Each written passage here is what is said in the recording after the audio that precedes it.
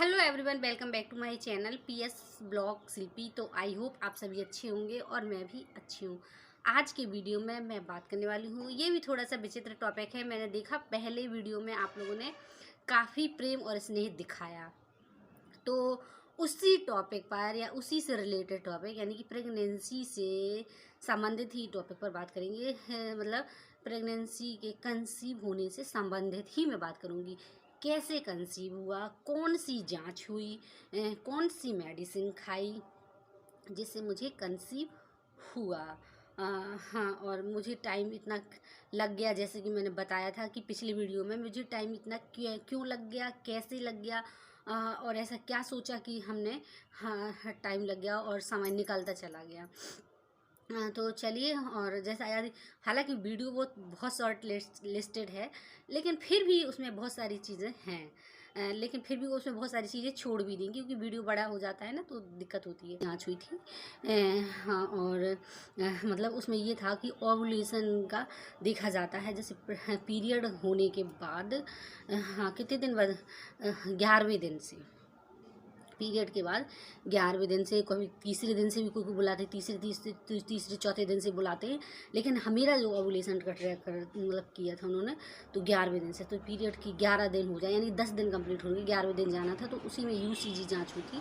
तो उसमें सिर्फ ये जांच उसमें ये किया जाता ओवुलेशन कैसा हो रहा है, ओवुलेशन जो अंडा है अच्छा, मतलब अच्छा उसका टाइप बन रहा कि नहीं बन रहा, ये चीज़ें होती हैं। और तो वही था। हालांकि वो जांच लोग कहते बहुत पेनफुल होती है, ये चीज़ें होती हैं। ऐसा कुछ नहीं है, पेनफुल नहीं होती है। थोड़ा सा दिक्कत, जैसे शुरुआती कोई आप जांच कराएंगे, आप उस फेज से गुजरे नहीं हैं, तो आपको थोड़ा सा हेजिटेशन भी रहेगी, दिक्कत भी रहेगी। और फिर वो समय एक अलग ही रहता है।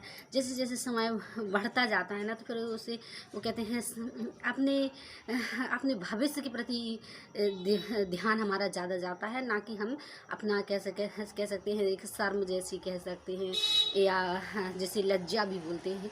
तो वो चीज़ें ख़त्म होती जाती हैं, एक तरह से कहा जाए।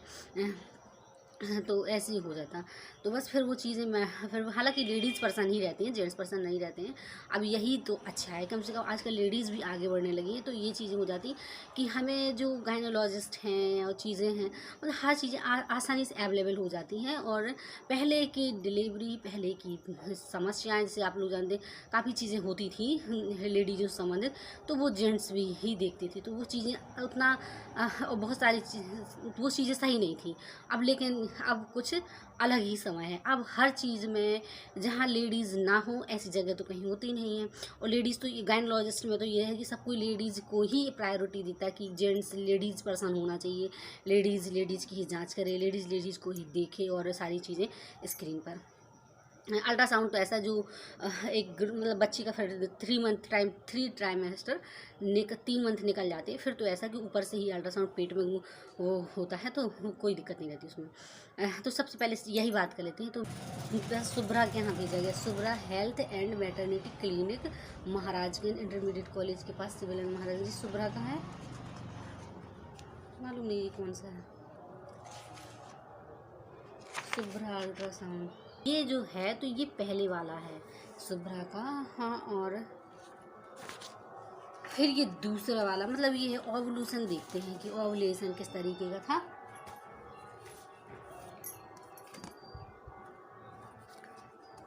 चलिए छोड़ दें, फिर बाद में देखेंगे, अच्छे से मैं देख लूँगी तो फिर मैं आपको बताऊँगी इससे संबंधित। बात आती है कि मेरी टैबलेट कौन सी चली थी। तो सबसे पहले मैंने, जैसे यदि आप भी मतलब प्रेगनेंसी के लिए ट्राई कर रहे हैं और सोचते हैं कि मैं मतलब मुझे एक तरह से ट्रीटमेंट की तरफ ना जाना पड़े, तो आप ऐसा भी कर सकते हैं कि आप बेसिक यानी कि फॉलिक एसिड मतलब डॉक्टर से एडवाइस लेके फॉलिक एसिड स्टार्ट कर दीजिए। इसमें क्या होता है, इसमें ब्लड का सर्कुलेशन अच्छा होता है, ब्लड की जो रहती है थोड़ा सा डिस्टर्बेंस होती है, ख़राबी होती है, गंदा खून रहता, तो वो चीज़ें भी साफ़ होती हैं, अच्छी होती हैं। तो ये भी हो जाता है। तो मतलब फॉलिक एसिड से ब्लड अच्छा रहता है, बनता भी है बॉडी में, सर्कुलेशन अच्छा होता है, जिससे कंसीविंग की जो चीज़ें होती हैं तो जल्दी हो पाती हैं। तो बस यही था। तो मुझे सबसे पहले चलाया गया था फॉलिक एसिड की टैबलेट, और फिर मेरा 2 महीने कंप्लीट हो गए तो फिर कुछ हो ही नहीं रहा था। तो फिर मैडम ने एक ओवुलेशन की और एक टैबलेट लिखी थी 1 महीने के लिए, कि मतलब 11वें दिन मतलब आप लेना स्टार्ट कर देना 20 तारीख तक, जैसे पीरियड हुआ उसकी 11वें दिन तक, 10 दिन के बाद, फिर 10 दिन तक तुम्हें बीच के बीच खाना है। उसी टाइम तुम्हारा ओवुलेशन होगा। फिर ओवुलेशन मतलब बहुत अच्छी संख्या में होगा, और मतलब स्ट्रॉन्ग ओव्यूल बनेगा। तो फिर इस तरीके से तो ओवुलेशन की डेट भी हम मतलब ओवुलेशन की टैबलेट साथ में ले सकते हैं यदि कंसीव नहीं हो रहा। तो ये मतलब एक तरह से कहते हैं प्री प्राइमरी है, एक तरह से शुरुआती स्तर है या शुरुआती ही ट्रीटमेंट है कहते हैं। तो बस वही चीज़ है। अब गर्मी बहुत ज़्यादा होने लगी है, और चलिए वो जो मैंने आपको वो दिखाई है, ये आप लोग फाइल वगैरह दिखाई, तो ये उतने अच्छे से मैंने अभी और अच्छे से समझूंगी, और फिर जो मेन टॉपिक होगा उससे संबंधित फिर बात करेंगे। तो बस यही था। मैंने फॉलिक एसिड फॉर ओवुलेशन की टैबलेट 2 फिर मैंने खाई। पहले तो मैंने 3 मंथ सिर्फ फॉलिक एसिड की टैबलेट ली, आयरन की टैबलेट ली, और फिर इसके बाद 2 महीने, और 2 महीने के बाद फिर ओवुलेशन के, और फिर एक बढ़ा दी थी। तो बस हाँ, फिर पूरा महीना कंप्लीट हो गया, 3 महीना निकल गया, फिर भी मुझे लग नहीं रहा था कि वो कंसीव हो जाएगा। फिर 3 महीने ट्रीटमेंट हो ही गया था। फिर ये था कि चलो अब और दूसरे फेज़ की तरफ बढ़ेंगे, क्या कैसा रहेगा। तो फिर उससे पहले फिर मुझे कंसीव हो गया था। वीडियो छोटा ही रखना है, बड़ा नहीं रखना है, तो इसलिए मैं अब थोड़ी ही देर में विराम लूँगी। और बस यही थी, और चीज़ें थी, और भी कुछ बातें मुझे बतानी थी आपको। तो अब बात आती है मेरा कौन सा मंथ चल रहा है। तो अभी मेरा 7th मंथ चल रहा है, और जैसे मैंने बताया 3 साल कंप्लीट होने के बाद ही मेरा, जब 3 साल कंप्लीट हो गया था, 4था साल लग गया था, हाँ 3-4 महीने भी हो गए थे, फिर मुझे कंसीव हुआ। और स्ट्रीट में मतलब क्या सिम्टम रहते हैं, क्या सिम्टम रहे, ये चीज़ें भी बात करेंगे। और साथ ही साथ मेरा प्लेसेंटा की क्या मतलब पहले ट्राइमेस्टर में प्लेसेंटा की पोजीशन क्या थी, इस पर भी हम बात करेंगे। तो लेकिन थोड़ी थोड़ी ही बात करेंगे, क्योंकि वीडियो बड़ा हो जाता है तो आप लोग स्किप कर देते हैं, छोड़ के चले जाते हैं। तो अगले वीडियो में मैं प्लेसेंटा पर और प्लस प्रेगनेंसी में मेरा कितना पैसा लगा, ये चीज़ें भी बताऊंगी, और कितना कैसा कॉस्ट उसमें पे करना पड़ा, हाँ, और कौन कौन सी ट्रीटमेंट शुरुआती मैंने कौन कौन सी टैबलेट ली, इस पर भी बात करेंगे। बस यही था शुरुआती जो स्तर था। तो मैंने आपको बता दिया कि मैंने 2 ही टैबलेट ली थी कंसीव के लिए, एक फॉलिक एसिड 3 मंथ ओवुलेशन की 2 मंथ के बाद, और बस। और फिर इसके बाद अभी जल्दी बोल नहीं पा रही हूँ। जैसे आप जानते प्रेगनेंसी में क्या होती है, जो ब्रीदिंग रहता है ना, तो सिस्टम गड़बड़ा जाता है, हम जल्दी जल्दी सांसें लेते हैं, बोल नहीं पाते हैं, थक जाते हैं, ये चीज़ें होती हैं। तो वो चीज़ें जो भी प्रेग्नेंट लेडी होंगी या प्रेग्नेंट लेडी होंगी, तो वो चीज़ें इस बात को वो अच्छे से समझ सकती हैं। हाँ, वो सब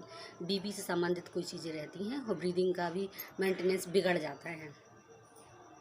तो मैंने आपको बताया मेरा 7 मंथ चल रहा है, लेकिन और भी बहुत सारी चीज़ें हैं जो आपके साथ मैं शेयर करूँगी। उसमें तो अब फाइल में, और जो मेन टॉपिक बड़ा ना करके छोटी छोटी चीज़ों में, छोटे छोटे पार्ट में बताऊँगी, और मतलब जो भी चीज़ें रही कि 3 मंथ में मेरा कैसा ट्रीटमेंट रहा वगैरह वगैरह।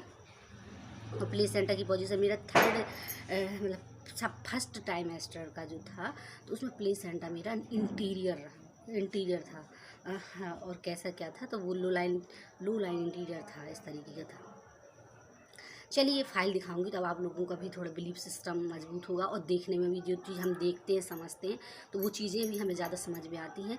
इन चीज़ों में इंटरेस्ट तभी हमारा मतलब बढ़ता है जब हम खुद देखते हैं, और यदि हम पहले से चीज़ें जान जाते हैं ना, तो हमारे मन में एक घबराहट नहीं होती है। जो शुरुआती फेज़ में है, जो पार कर गए उनकी तो बात अलग है, लेकिन जो शुरुआती फेज़ में रहते हैं, जांच की फेज़ के साथ, या कह सकते हैं प्रेगनेंसी से संबंधित नेक्स्ट इन्फॉर्मेशन के साथ। और ओके, बाय, टेक केयर, मिलते हैं नेक्स्ट वीडियो में, बाय, टेक केयर।